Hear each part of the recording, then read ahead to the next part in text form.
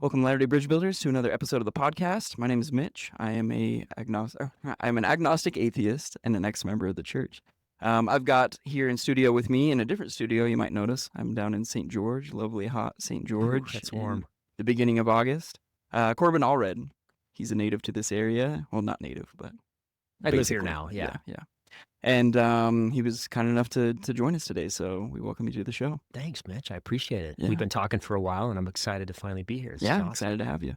Our other co-hosts, Juliet and Ashton, of course, they're up north, so they couldn't make it today, but we do have some questions from them, and we'll try to include them as much as we can.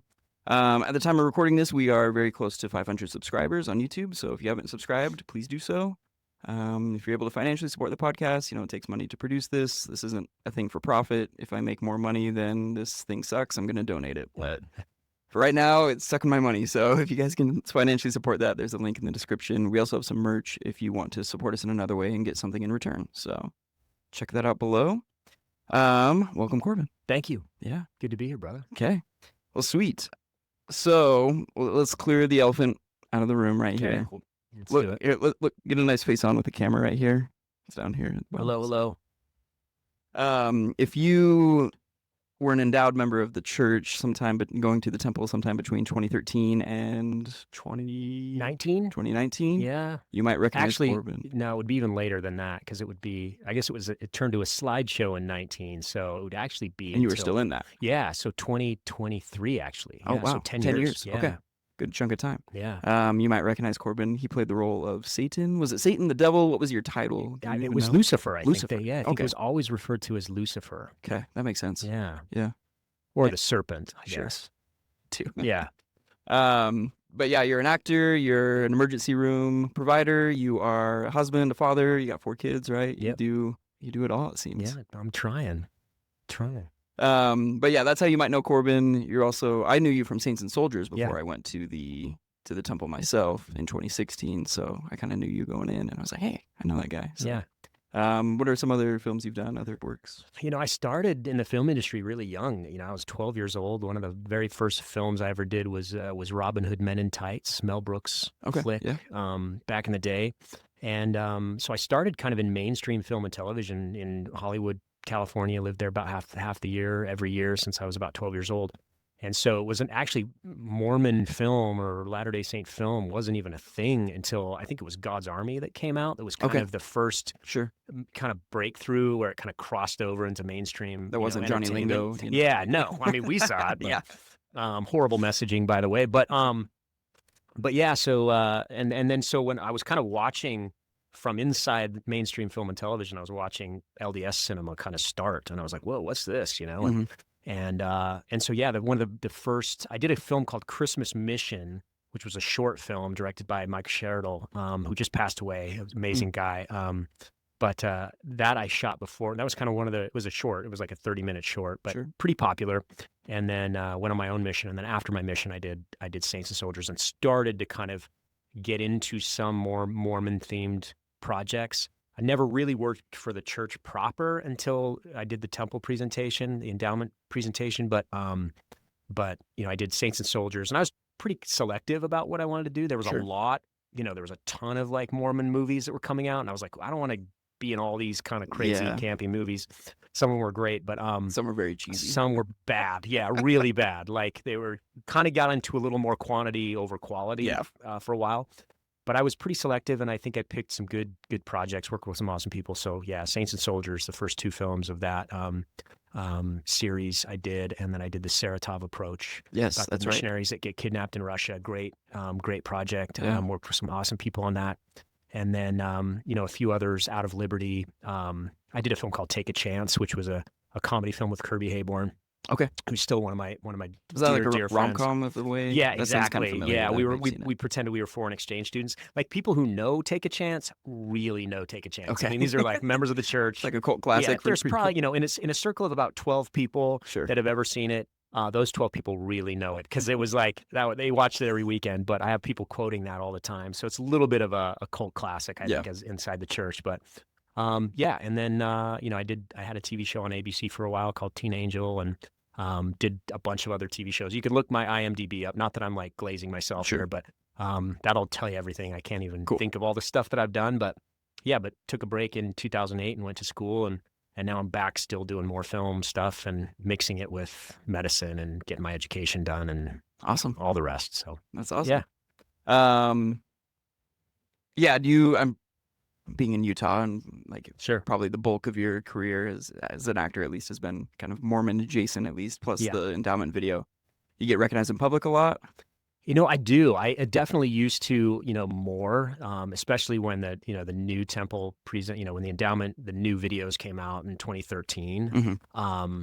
Then everybody was kind of flocking to the temple to kind of see this Sure. new kind of breakthrough messaging, and it's the same, but it's different, And Yeah. so Was the one before with Michael Ballum? Was that like? yep, exactly. I And saw then that it like been twice. Michael Ballum, and I So. forget the other actor's name that played the character, but there've only been, I think when I played Satan in the temple, I think I was like the 7th person in the history of the restoration to play Satan, like in a film presentation, I guess, of it. So not many of us, right? And so we get together and no, just kidding, we won't. It's a small club. Go bowling. Yeah, Michael, call me.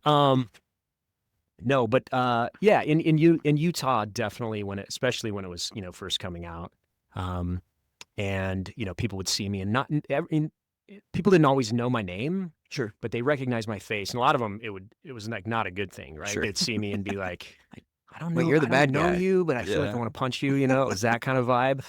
And especially when I was working in emergency medicine, it was really funny because when I transitioned, I was working in medicine. I'd walk into patients' rooms, and it was always so sad because I could just read it on their face that they would like see me and like recognize my face and then put it together, and they're just like, "Oh my, is he coming for me?" Suddenly they're like, "I feel better. Like I'd like to be discharged. I don't want you taking care of me, not you, please." Yeah. And I'm like, "Yes," and they're like, "You were the devil in the temple," and I'm like, "Yeah, but not today. Today I'm a good guy. I'm a good guy." But yeah, so and now that I'm, the endowment's changed, I'm no longer in it. I was in the slideshow for those, 4 years before we stepped away from the church, and I was removed at that point. So, and now it's I think people still recognize me from those other films. Sure. But the more time passes, they won't. Yeah, the more time passes, they won't. Like younger generations won't have any idea. In fact, a lot of younger people are like, their parents will refer to me as they'll make Satan jokes, and their kids will be like, who, what? Yeah. They'll never know. And so, which is fine. But, yeah, so it definitely does happen. And then there's always, big fans of like Saints and Soldiers and Saratov Approach and stuff that will still come up to me. And I always appreciate it when you do. And everybody's like, I'm sorry to bother you, but could I get an autograph or could I get a picture? And I'm like, you will never bother me. Like the whole reason I love acting is because I want someone to watch it and I want someone to like it. And so it's like, please come up and tell me that you liked my work. If you hated it, don't come up to me though. Like, don't say that you save your comments. Yeah, you suck. But if you did, please come up. Cool. Yeah. Awesome.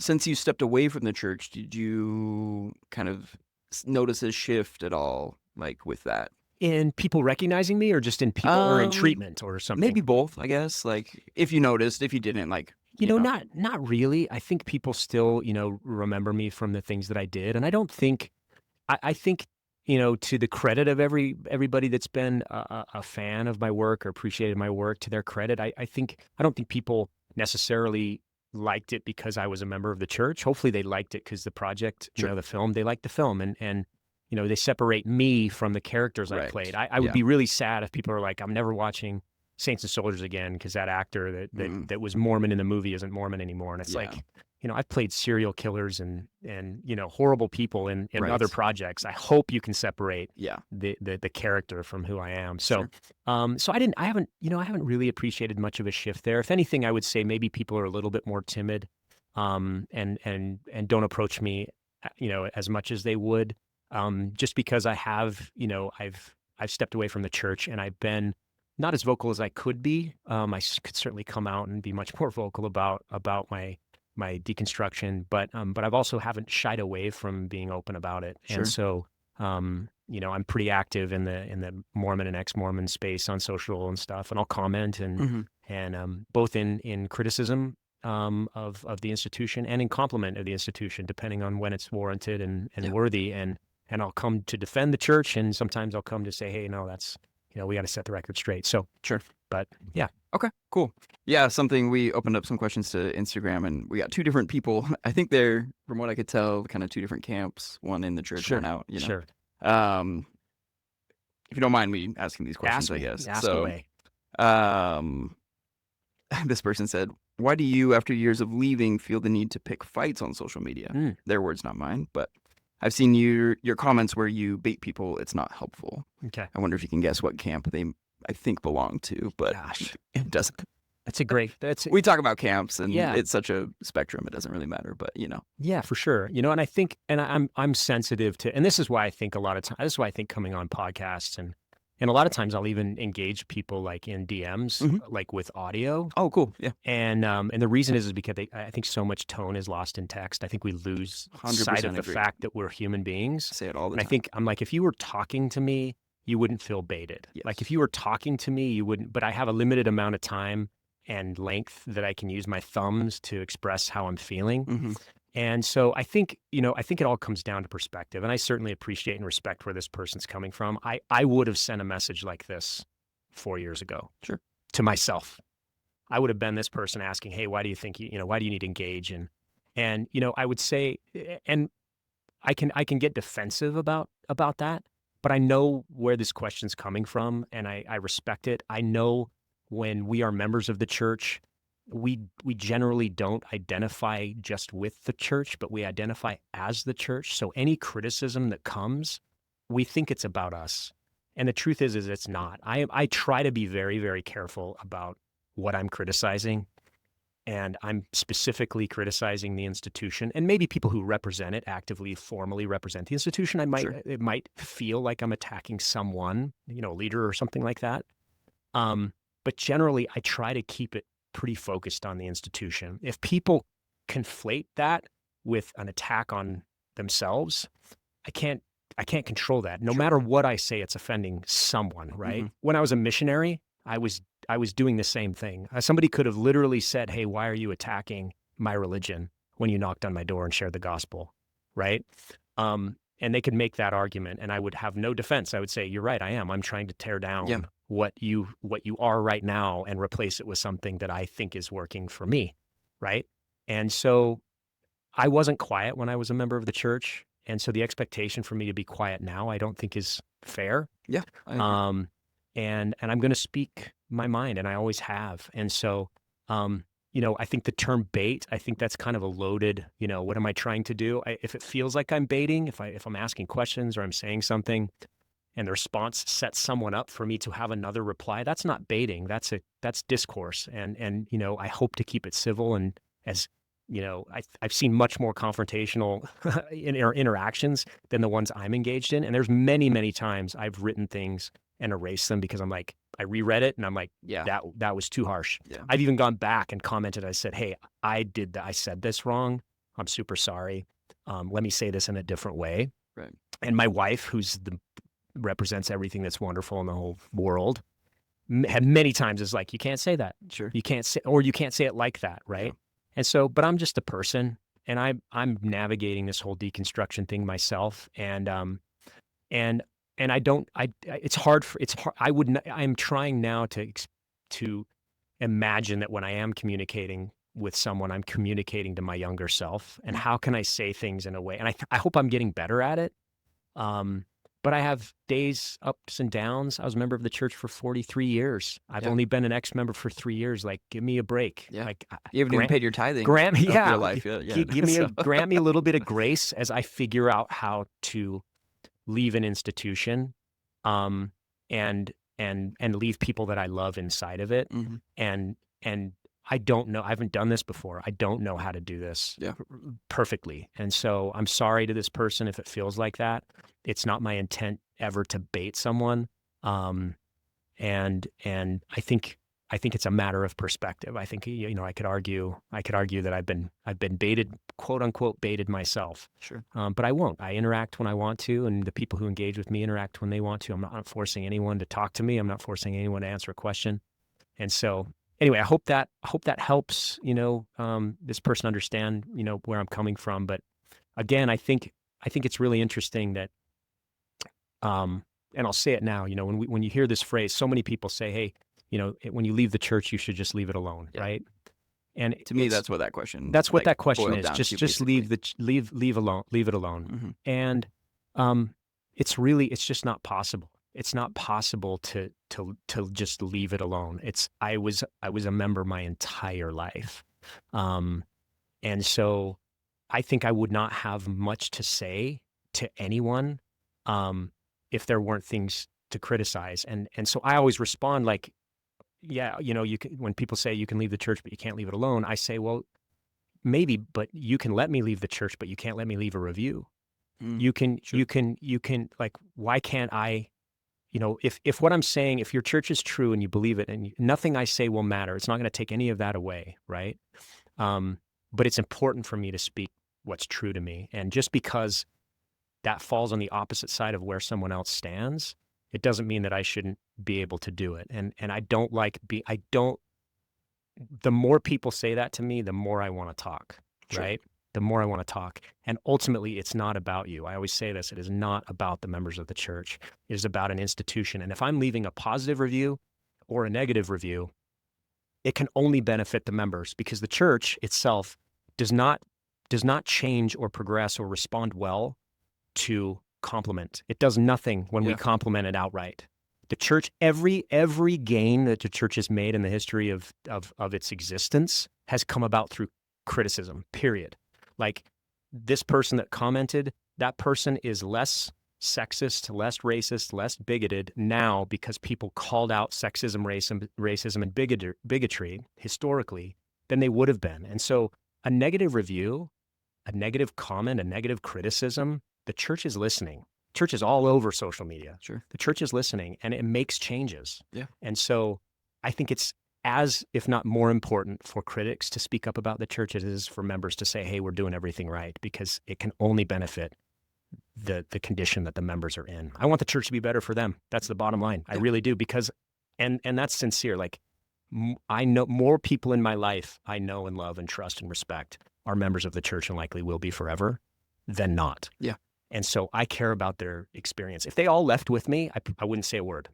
But I'm invested because people that I love are still in the church. And so I'm going to watch very closely and pay attention to the institution that they're committing their lives to. Mm-hmm. And I'm going to call it out when I think that things could be better for them. No, that's fair. I really like what you said at the beginning, where so much context and tone and everything gets lost in a comment. We've had some clips get a little bit more traction lately than normal, and so there's a lot more comments. And, Yeah. I'm convinced, because we kind of played this middle ground on our channel of like bridging the gap between both sides. Yeah. Someone asked, like, what's your goal with like this podcast? And for me personally, this is like my therapy in a lot of ways. Yeah, You know, of the course, journey yeah. is the goal for me, but looking at the comments, it seems like the goal is just to piss everyone off. Yeah, I think, and that's it. You can't win them all. Yeah, Like you yeah. can't win them all. It's like there are people that you're going to be known for, you know, good and evil, right? Yep. Forever. Exactly. And there's no way to, but I will say, I mean, guys, I played Satan in the temple. Like, what did you expect? Yeah, sure. Right? It's like, I'm going to leave and I'm going to try to take a third with me. Right? So it's like, right. That's funny. Speaking kind of about like you stepping away. So for me personally, one of the reasons I started this is because I said things that I regretted Mhm. in my exit, and I still do that. And then there were things that happened to me that I wish didn't happen. Yeah. I was curious if anything kind of happened, and be as specific or vague with this as Yeah. you want, or we can just avoid it altogether if you'd rather not. But I mean, if there's anything like that, I would love to know the person who is self-aware enough to be in the position that I was in and that maybe you were in, and to not say and do the wrong things when you're leaving. Yeah. Like, I don't know who that is, but they are brilliant beyond measure, and that's not me. Yeah. I came out and when it all fell apart for me, and I want to make really clear, like, that when if I could have chosen to stay, I would have. I don't think choosing to believe is not a thing. Yeah, I don't agreed. think that's real. Yeah. I don't think you can do it. I think you can choose to behave, Mhm. but I don't what you think do with that belief, right? But exactly. And I think that's where a lot of people are inside the church, right? And outside the church. I think a lot of people, the variability in people's testimonies inside the church is vast, right? There's people that are showing up and they don't believe one thing, but they're there for the culture, they're there for the community, or they're there because they think their marriage will fall apart if they leave, right? Mm-hmm. There's a million reasons people stay. There's a million reasons people leave. But I will say that I think that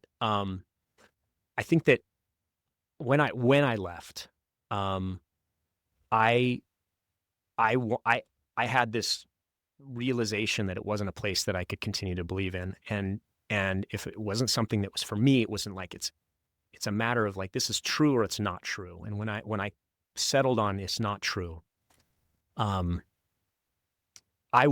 just info vomited on everything I could see, right? And unfortunately there were people that were close to me that paid for that mistake, and I'm forever sorry. Same. Yeah. I said things to close family members and friends, things I didn't need to say, and I misrepresented myself, and I represented myself poorly, and it's a very human thing to do, but yeah, if I could go back, I would have stepped away much more gently and much more gracefully. I would have kept my thoughts and feelings to myself until they were invited. And I would not have become a dangerous person to some people's testimony. Yeah. Because I don't think I needed to be. I don't think if I had walked into my own life earlier, it would have done anything but hurt me. If I had behaved in the way that I did when I first left the church. And so I regret that. Yeah. I regret that. And I'm sorry to my family and friends that had to endure that. And I will say that it takes a really special person.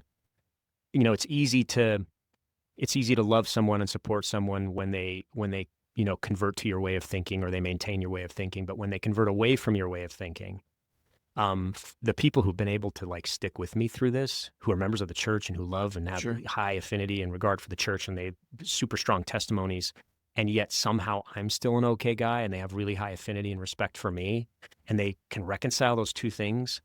You know, when I stop loving something they love, and they can stick with me through that, those people are legends. Yeah. And you know who you are. Yeah. Cool. Cool. And I hope that I was like that before I left. I can't give myself that much credit, though. I don't know that I was. There's Sure. some pretty big freaking people in my life that are members of the church, and they just quietly endure my journey, not feeling that they have to change it. And I am trying to harness a little bit of who they are in the way that I talk. But I also have an obligation, I think, to truth too. I'm always a person who's like, I didn't have the luxury of being, as a little higher profile member of the church, I didn't have the luxury of being able to leave quietly. It just was going to be a public thing. Yeah. Starting with my removal from the temple, that was kind of the catalyst that was like, now I have to come out and actually say that I left. Sure.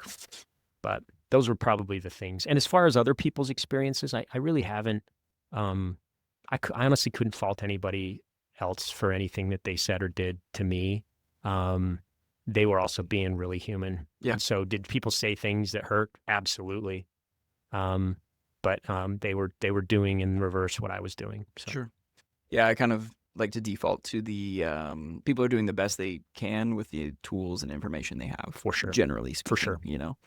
And giving that benefit of the doubt, that grace, because I would want that extended to me. Yeah.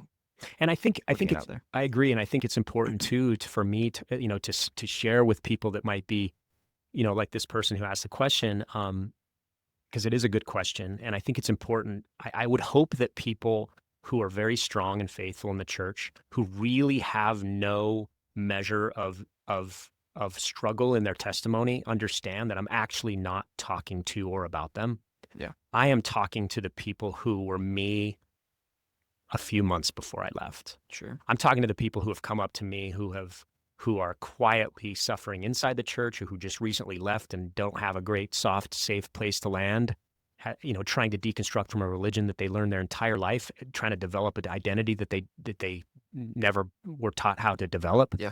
Those people who come up literally crying in tears, thanking me for my comments. thanking me for being outspoken, thanking me for my posts or my subscription channel that I just start, those sorts of things.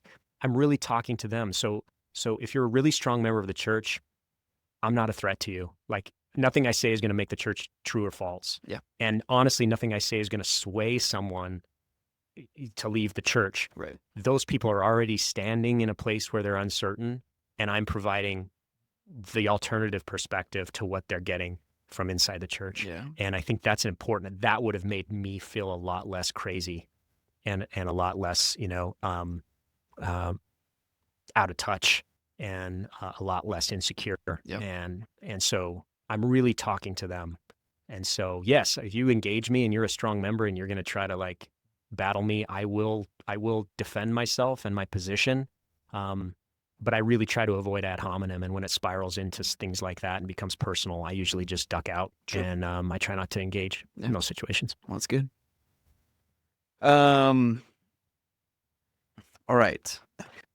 This is the first time in a while, at least on this podcast, that there's no other believers kind of around us. We are. It is. Well, maybe out here, like in this lobby and so forth. It feels dark. It does feel dark.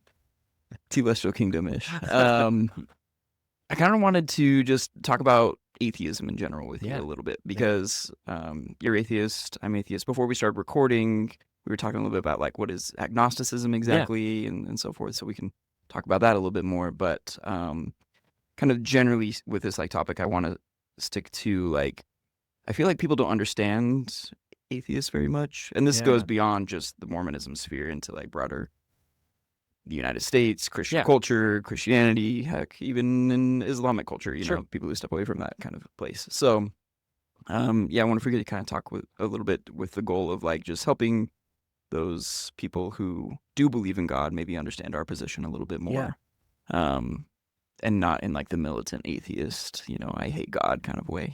So which I don't get that vibe from you. Not at all. But yeah. So maybe we can explain to those before we start recording.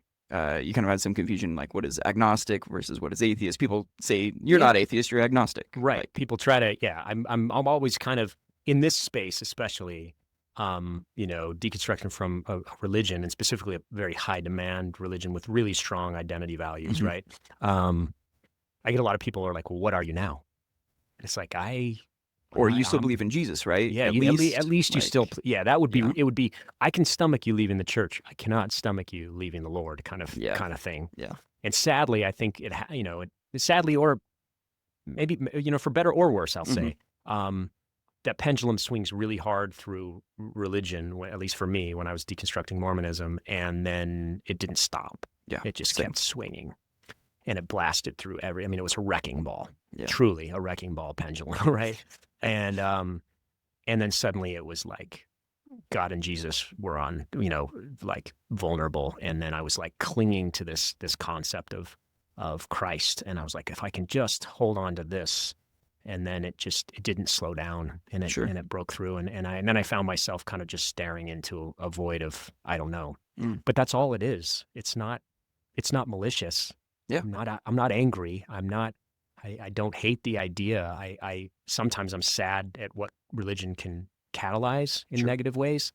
But I have people like, well, you're not, you tell me you're not an atheist. You're not an atheist. Like it's a swear word. Far, yeah, right? It's a swear word, And it always spirals into this thing about like, well, then you have no morality. You're not a moral person if you're an atheist.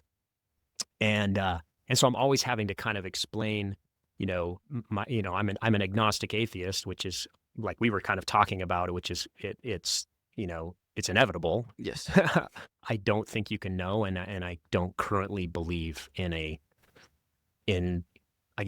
formal concept of some deity. Yeah. Right. If you want to broaden the definition of the word God to something really broad, then I could say maybe, right? But I'm also, have you ever seen I think there's a TED Talk by Dr. David Eagleman about being a possibilian. Have you ever heard that phrase? I don't think so. You should watch it. I encourage everybody to watch it. It's really interesting. But he talks about being a possibilian. I think he coined this word, possibilian. And he's just kind of open to what's possible. Okay. And so I would say that, I'm in that, I'm so open, and I reserve the right to change my mind at any point should compelling evidence be sufficient enough for me to do so. But right now, I don't have a belief. Yeah, same. For me, my journey out was very feeling based, which is interesting because my entire time in the church was also very feeling based. Sure. And so for me, like, I'm, reading about some stuff on quote unquote anti-Mormon websites and kind of what's going on here. Like, this doesn't make much sense. Yeah. I've always prayed to God in the past. Let me pray to God now to, get this confirmation. But I'm also a little bit skeptical at this time. And I'm like, but what if this is just my feeling? So I tell God, like, I want you to turn off the feeling because I can't trust it myself. And if you're all powerful, you can do everything. I'm going to say this prayer. Don't give me anything. Yeah. And like, as soon as I ended that prayer, it was just like this overwhelming feeling of love and the tingles down my spine and back. I'm not sure if you experience like spiritual feelings like I do, but if you ever have as well, Sure. I've come to know that. But, and just like in my mind, it's like, it's not true. It's like what's going through my head. And I'm feeling this like strong emotional feeling of like joy and peace and like all this stuff. All the things you're not supposed Exactly. to. And so for me, it was just very, well, how does that make sense? God and the Holy Ghost are supposed to testify of truth. How can I get completely different? I don't think many things are black and white, but at least in this case, Yeah. it was very black and white. Like the same exact feeling tell me completely opposite things. And so like, I keep saying like, if that never happened to me, I would have never left the church because I was so spiritual and like it always defaulted to that feeling. Yeah. And yeah, so I don't know. I'm in this unique spot where like people are like, well, why are you atheist? I'm like, well, I felt like I should be in a way. Yeah. And it didn't make sense like how I could reconcile that because I'm like, well, how should I come to know Jesus and so forth? Well, you got to pray. You got to feel him in your heart. I'm like, that's what I felt. Yeah. So I don't know. That's just me kind of going off on a tangent here, but and now I lost my train of thought. No, I think you were But asking. if you have something, no, yeah. I mean, I can relate to that. I think the conflict of, we're always taught that the fruits of the Spirit are these very specific things that testify of all truth. They come as a comforter, right? And all the stuff we taught on our missions, and it was a real like shock when I was always taught, and I want to preface this by saying I'm old school. I'm 47 years old. Okay, so I did not. A lot of younger members of the church who are kind of being led into this. I call it a choose your own adventure Mormonism, where you've got there's a lot of I would say convenient nebulousness inside some of the doctrines, inside some of the policies and the practices and the culture and the traditions and even the history, right? There's a lot of kind of like gray area that didn't exist the way I was raised. How much of that was my family? How much of it was the church itself? I mean, it was the church, right? Sure. They were very clear about things. There was not this, you don't get the option to kind of what feels right to you. Yeah. Who was the prophet like when you were growing up? Benson. Okay, that makes sense. So Benson, and then it was Kimball before that, Sure. right? I think so. But Boyd K. Packer was an apostle. Like there were very, very strict, strong. I mean, I could literally outsource any sort of thinking to like, what would these guys say? What would they think about it? If an apostle was in the room, what would they, how would they feel about what I was doing? So I just want to say before I even say any of this is that like, it is very hard for me to look at the church as anything but quite a black and white, at least with regard to history and doctrine. You can say that there's room to move and that the church is growing and it needs to make changes as it evolves and as time. You can make all those arguments, but as far as what happened, like it's fairly black and white. You can speculate about history and records and things we have like that, but and it's black and white because the leader said so, right? Yeah, I am not making it absolutist. Somebody just commented on this. In fact, I think it was on one of your guys' a post on that you guys did for your podcast, but somebody said like, why are you such an absolutist, right? And I was like, well, I'm absolutist about the things I was taught were absolute. Yeah. And that's all. So anyway, back to the point about atheism. As I was told that the fruits of the Spirit were not things really that could be felt in a way that was the same outside the church as inside the church, right? Yeah. And if you did feel joy, peace, happiness, it wasn't real.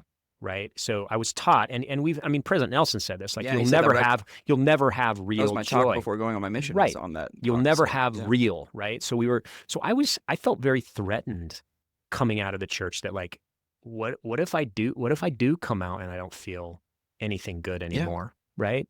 Because I was told that I was feeling good things inside the church. And it was because I was inside the church, right? I had the Spirit, I had the Holy Ghost, I had the priesthood, I was going to church, I was doing all the things that I was a good member of the church. I was an active, participating, faithful member of the church. And so I attributed a lot of my joy, peace, happiness when it came. I also had an absolute absence of those things at times. Yeah. And usually I credited the church for when I felt good, and I blamed myself when I felt bad. And so I was terrified to leave the church. I thought I would, like, never feel any of those things. And then I left. And I can honestly say, and I know this isn't the experience for everybody, I can honestly say the peace and the happiness and the joy and the love and all of those things that I have felt since leaving, and since accepting the fact that I don't currently believe in God, I have felt an expansion of those things in a way it's palpable to myself. It's real to myself. It's subjective, so I can't give it to anybody else. I can't prove it. Yeah. I can't prove it, but I'm not just saying it. Yeah. And I think people around me would agree, like people who have seen me. Things have been better for me. Easier? No. It's hard. For me, from who I was and who I am as a member of the church and professionally and personally, it would have been much easier to stay a member of the church, because there are consequences to leaving. But I have had those spiritual experiences, and I do separate the two things. Spirituality and religion are two very different things. But I think I'm a much more, I do lean on feelings, but I am now very, very, I'm skeptical of my feelings, because I do feel like I know where they come from. And the problem with my feelings too is that my feelings have betrayed me. I felt very, very, very strong emotional responses, all of the fruits of the Spirit, to things that I've since learned didn't happen, or weren't true, or didn't happen the way they were taught to me. Mm-hmm. And so that was a very confusing thing, because I was like, hang on a second, I felt all the things testified of truth about something that didn't end up being true. Yeah. And so I've had answers to prayers, that have, when people say, oh, I couldn't deny what I felt. I'm like, what do you mean? We deny stuff we feel all the time. Sure. We just forget it. We forget that we felt it, or we chalk it up to something else. But yeah. Anyway, I can't remember what the question was. No, it's just kind of, we're just talking a little bit about all this stuff.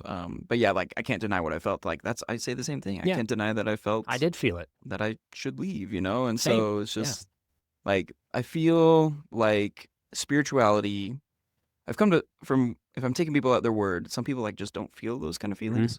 Mm-hmm. But it seems that the majority of people do, to a degree. And certain things can spark it, like certain types of music. And I'd love to know more of the cognitive science of all this, which is fascinating. Have you seen the TED Talk, Your Brain on God? I think I have. Yeah. There was a researcher at the University of Utah who took Latter-day Saint young adults, I want to say. Okay. It was a very small sample size. It was 15 or 20. Okay. So take that with a grain of salt, right? But he basically put people with an fMRI and did different things to them to provoke spiritual feelings. Some of them were quotes from LDS leaders. Some of them were quotes from other religious figures and so forth, scriptures. They asked them to pray and so forth, and they just kind of saw where the brain lit up and whatnot.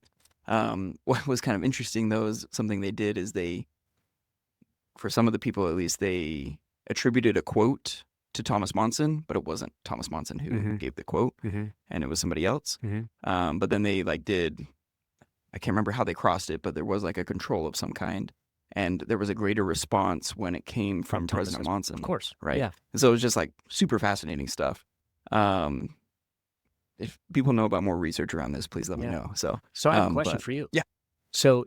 And this gets back into the atheism. And listen, if you're a family member or friend and you did not know I was atheist, I'm sorry that you're finding out this way. Sure. Again, I reserve the right to change my mind. Yeah. I am not closed off to God. I'm not. In fact, very, very open. But I have to, I feel like when you experience, or at least you think you experience firsthand how people can make God, Yeah. it turns you off to the idea of anything that feels like it's coming from the constructs of men. Yeah. Especially when they're set to benefit from you believing them. Yes.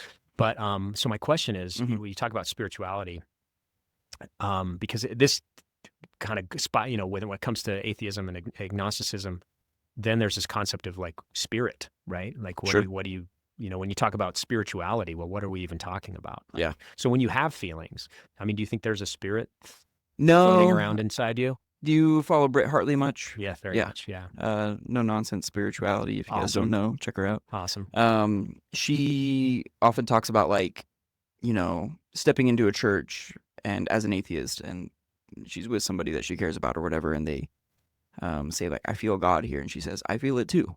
Yeah. She basically kind of says things like, we use this language and these terminology, like, it's kind of the same thing, like, thank God I'm not religious, like Yeah. people are like, oh, you just admitted that Yeah. you Yeah. like, so stuff like that. So this is like the language that I use. Spirituality, do I actually think there's a spirit? Again, I'm just agnostic to that. Like, I guess I'll find out when I die, or it'll be lights out and I'll never know. Yeah. Like, because I won't exist anymore Yeah. as a consciousness. Yeah. So, but like research around like what consciousness is and stuff, like, Right. there's some, like, what is it like to be a chair? There's some people that say like that chair has a consciousness of some kind. Does and it want to be sat on? Exactly. Does it know its and want to fulfill the measure of its creation? Right. Or to be a rock, or to be a tree. Yeah. And I don't know. There's just different. I'll tell you off air a little bit more. Yeah, about no, that's something fine. as well. It's because it's a question, and it's not one that I think. I mean, I'm really. I don't have an answer. Sure. I'm asking because I'm looking for ideas. No, yeah, no, it's good. And that's where I'm at. I'm very open. When people say, I'll push back on anybody's suggestions. But I'm very open to people's spirituality and what they their religion, and where they find their joy and their happiness and their peace and their comfort and their safety and all those things. I'm really open. I'm open to that. And if that's Mormonism, I think it's great. I think I've matured a lot. I hope, someday. Britt is so great at just like, she's, so if I could, use language the way she does and also be as mature as she is about how she responds to things, I'd be much more advanced than I am, but I'm working on it. So, but she's great. Yeah. Great resource. Yeah. I was going to say this feeling of spirituality, though, I just feel like religion has kind of taken that and then just like ran with it. Yeah. And, to me, it makes sense that, over the 200,000 years of Homo sapiens being on the earth, if this is a feeling that evolved, however it came about, right? But then like it's been, I don't know if hijacked's the right word, because that's kind of like pejorative. I don't think that's the case for the most part, but there are religions out there that are very harmful, Well, I think it's, and have hijacked that feeling I think to make people do for sure what they want and to give them money and to, in a sense, control them to whatever degree. Utilized. I think it's hijacked. I think is a it has a negative connotation, but I think it's utilized to you could make an argument that good feelings, like people say, a lot of times we'll say, well, if the church isn't true, and it might be, by the way, I don't know. Yeah. But if to me, they'll say, if you don't believe the church is true, how do you explain all the good it does? And I said, well, and my response is usually, those are separate things. They're very separate things. And how would an institution be successful if it didn't appeal to good people, which the church is full of good people. The church would not be the church if it was just nefarious, right? Yes. It's like, so people having good feelings, if they're feeling good about things that are actually good, that's a really good sign. And I don't care where that happens. If that happens in the church, wonderful. Like, is service, if you go to service and you're doing service, and the church is big on service, and you're going and you're teaching young people to go and put somebody else before them, and at the end they're like, wow, that felt really good, I love doing that. That's whatever things that are truly good to catalyze good feelings, I'm all for that. but yeah, it is an interesting the discussion about spirituality and the existence of a spirit and what is consciousness. Man, we do not have time on this podcast to talk about it. Because yeah, it's wild. But and you're right.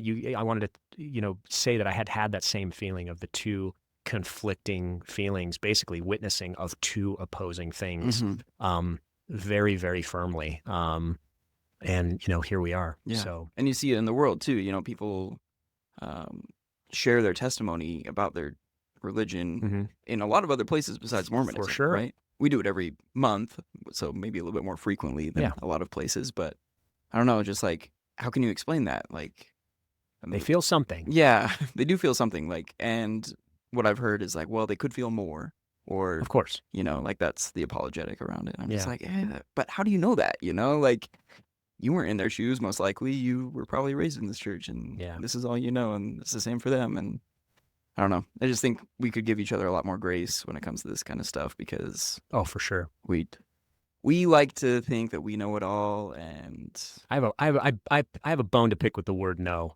The word Knoe, or K-N-O, I spell it wrong. K-N-O-W. Oh, like, no wonder you have a bone to pick with that word. You can't even spell it. But no, really, that word, I have a hard time with that. Same. Because a lot of people, obviously I bore my testimony many, many times and said I knew things I didn't know. It's a cultural thing. It is a cultural thing. And honestly, it's, sadly, unfortunately, a lot of times when you say something enough, it becomes more true, right? Yeah, and so, but I was having a conversation with a friend the other day specifically about this, and he was talking about how there are ways to come to know something through your feelings, and I was pushing really hard back. I was like, no, there's a way. I mean, you can feel something, but it's not. You can have experiential knowledge from something, but it's just feeling it doesn't do anything. Like, you can, if I feel I should marry someone, right? I don't know I should marry them. I can marry them and then find out if that was something that was good or not, but I can't know beforehand anything. I can feel it, but it's not knowledge, right? And so that's another, again, we could digress. Go for 2 hours on that alone. We absolutely could. So. Continue. Never good. We're coming up on time a little bit. We've got about 10 minutes left. Is there anything that we haven't talked about that you wanted to?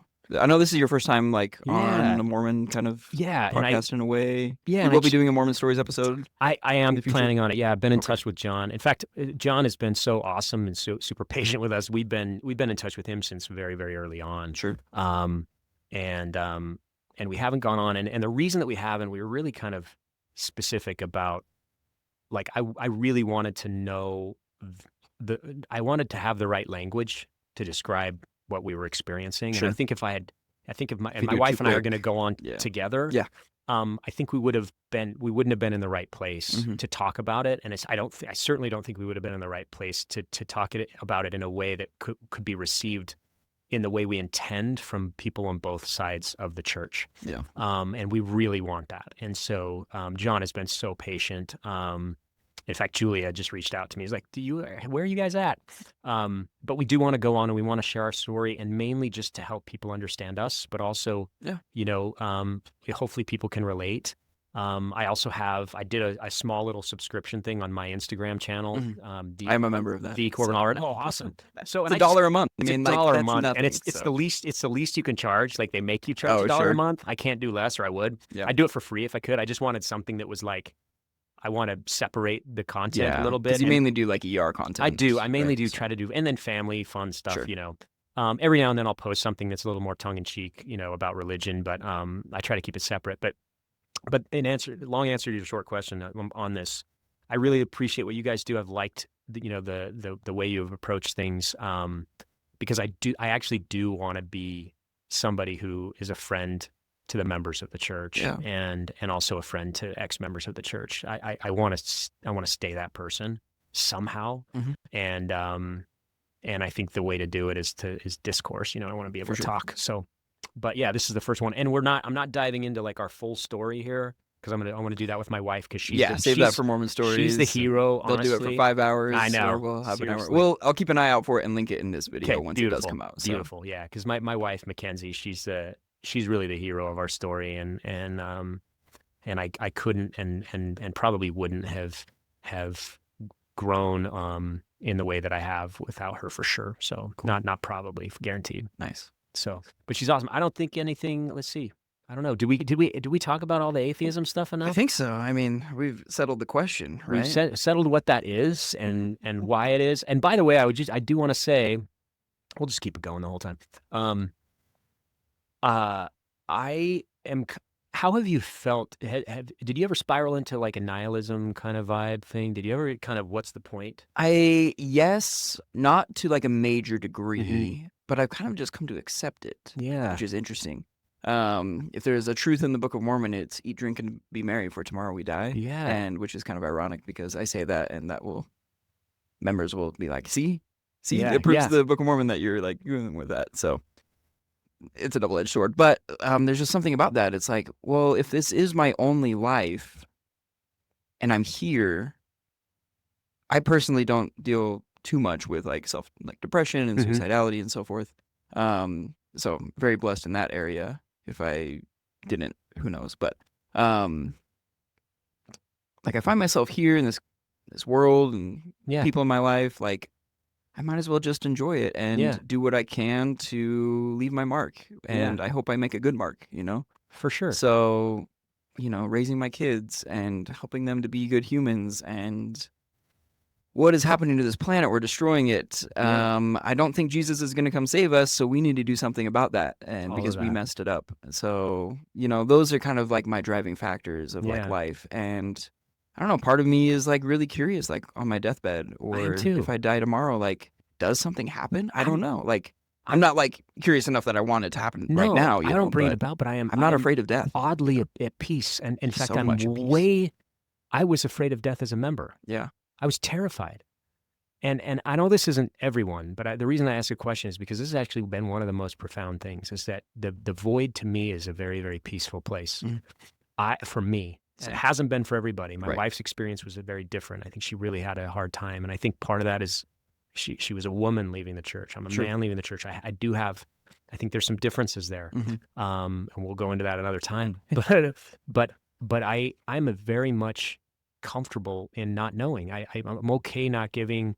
I'm okay not making up answers to questions that can't be answered, right? Yeah.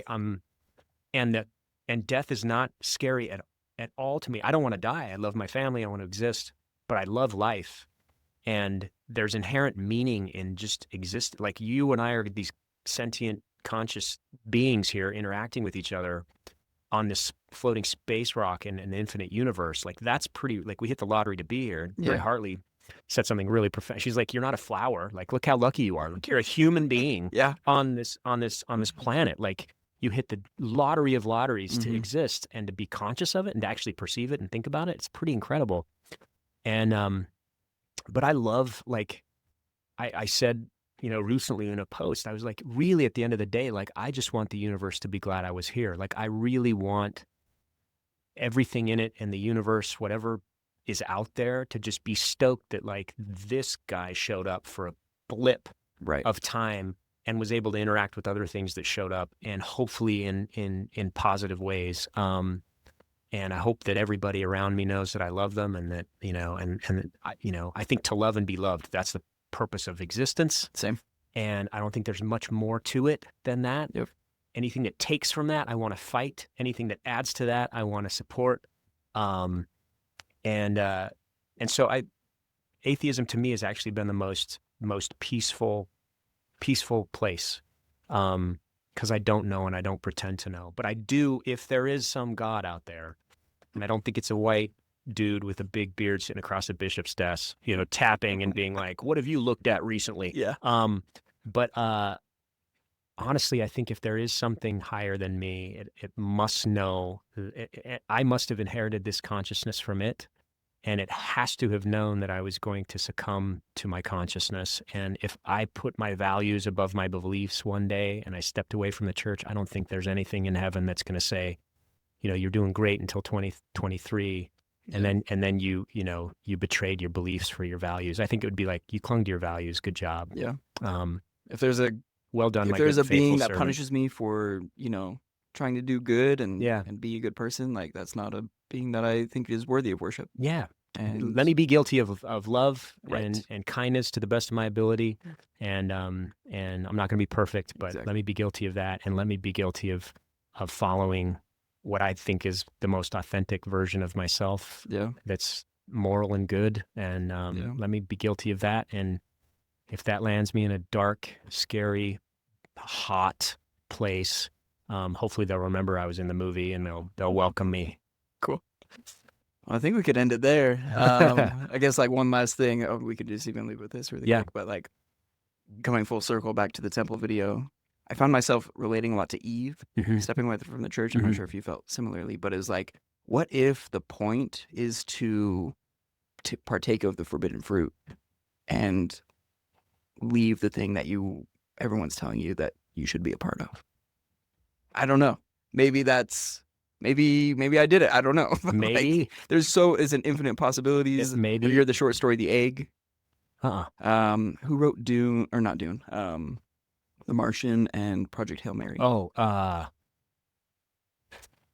I would blanking know. out I his would name. know if you. I would Yeah. know if you. hadn't asked But me. that author wrote a short story called The Okay. Egg, Yeah. and there's a channel called Kurzgesagt on Okay. YouTube if you Okay. follow them, and they made that into a little thing, A little short or something. and I guess like spoiler alert, it's like, what if you are the only being in conscious, like you and the creator are the only two in the entire universe, and go And watch it, everything else is and just everything else is you. It's interesting. Oh, it's just me. I'm It- just building it. Yeah, I'm just like that's wild. like this kind of stuff is like, what if that's it? I'm just so open and Oh, I'm curious so about open. everything. So, I'm so open. well, thank you, Corbin. We're Oh, out of thank time. you. We need to do this again. Dude, that was so Yeah, man. fun. Thank you so much. That was great. The time flew. Yeah, if you guys made it all the way to the end, you should definitely subscribe if you haven't, because these are the conversations we have. And go out there and go to church or don't, and just be a good person. Love while each you're other. doing it. Yeah. Okay. We'll see you guys next time on Latter-day Bridge Builders. Thanks.